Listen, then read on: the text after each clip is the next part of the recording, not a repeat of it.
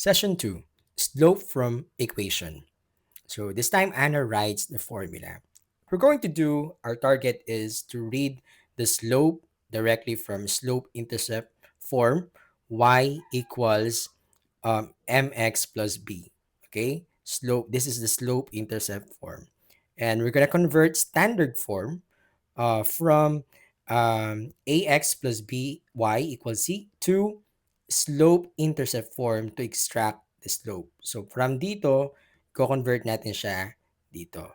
And we will be extracting the slope there. And finally, find the zero of a linear function algebraically by setting f of x equals 0 and solve. Okay, so you have an idea what is our target today.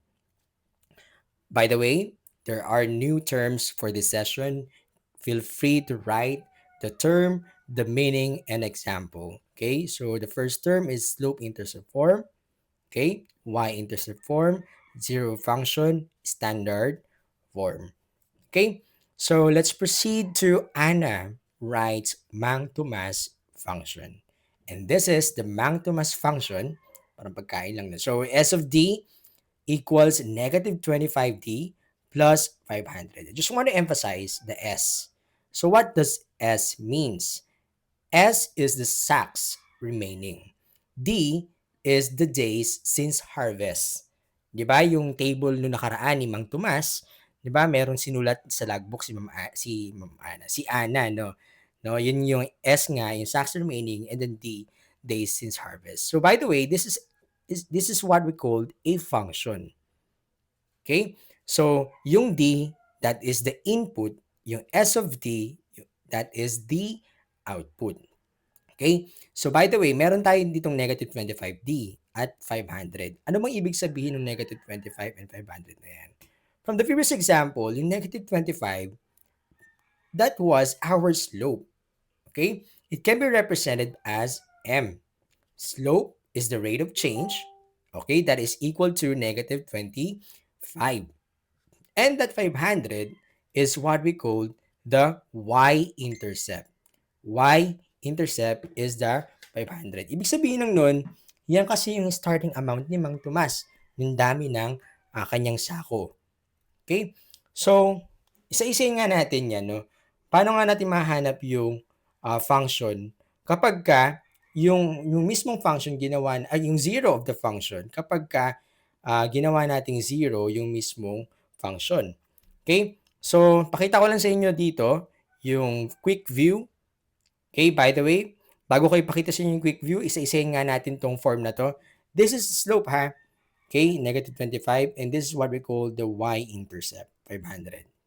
Okay, dito, meron talagang format si slope intercept, no? So this is the main format. Y equals mx plus b. Again, si m, that is the slope. B, that is the y-intercept. Pero dito, pinalitan natin si y ng S. Kasi nga, nag-represent yan ng sacks, number of sacks. And X, pinalitan natin siya ng days or yung D. Okay? So the slope M is the coefficient of the D, the number multiplied by the variable. Okay? Again, negative 25 yung slope natin. It means we are decreasing. Okay? The sacks are decreasing.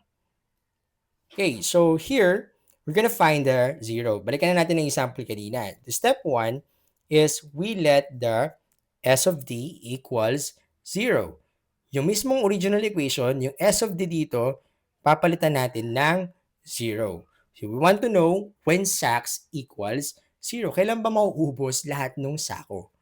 Okay, so yung mismong function natin, ginawa natin 0, and that is equal to negative 25D plus 500. Okay? So, next, step 2.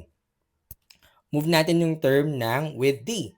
So, para ma-move natin, we have to add both 25D both sides. Okay? Adding 25D both sides will give us 25D equals 500. Okay? So, parang nilipat lang natin sa kabila si negative 25. Pero ang totoo, nag-add lang talaga tayo ng positive 25D both sides. Then dividing both sides by 25 will give us D equals 500 divided by 25, that is 20. Anong ibig sabihin ng 20 na yan? Ang ibig sabihin ng 20, since the 0 is D equals 20, Mang Tomas Bodega will be empty on day 20. Mauubos po yung kanyang mga sako ng bigas sa day 20. That's how important is, how zero of the function very significant dito sa ating problem. Kasi we can predict Mapipredict natin kung kailan ba mauubos yung sako ni Mang Tomas using the zero of a function. Okay, so paano ba natin ma-verify yun? Dali lang. We have to substitute d equals 20d back to the original equation. So since meron tayong equation na s of d, yung d papalitan natin ng 20. That is equal to negative 25 times 20 plus 500. Again, d yan, no? So, yung slope ng negative 25, multiply natin kay 20, that is going to be negative 500 plus 500. Zero ba ang sagot? Yes, the answer is 0. So, correct po ang ating sagot dito. Okay, so now you try the next one together with your seatmate mamaya sa classroom. Okay, so given is 5x plus 2y equals 10. We have to find the slope and 0. Dali lang. Gagawin natin dyan, since hindi pa naka-slope intercept form, i-isolate dapat kasi natin ng y. Ano ba ibig sabihin ng isolate ng y? Kailangan si y walang kasama. Okay? By subtracting 5x both sides. So, we have to subtract 5x both sides. Dapat yung 5x na nandito eh. Okay? So, ito ay matatanggal. Matitira si 2y sa kabila, sa left-hand side. At sa kabilang side, meron tayong negative 5x plus 10. Okay, hindi pa isolated si y kasi may 2 pa. We have to divide both sides, everything by 2. So, dinivide natin everything by 2. Siyempre, matatanggal to. That time, mag-iisa na lang si y, and that is equal to negative 5 over 2x plus 10 divided by 2 is equal to 5. Okay? So, nakuha na natin ang goal natin.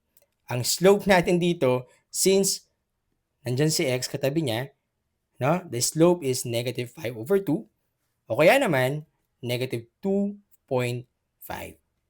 Okay? The slope is decreasing. Kasi nga negative yung slope natin eh. Di ba? So, last step, we have to find a zero. Gagawin na natin para mahanap yung zero, since meron tayong slope-intercept form, at yung itong y na to, papalitan lang natin ng zero yan. Okay? So, 0 equals negative 5 over 2x plus 5.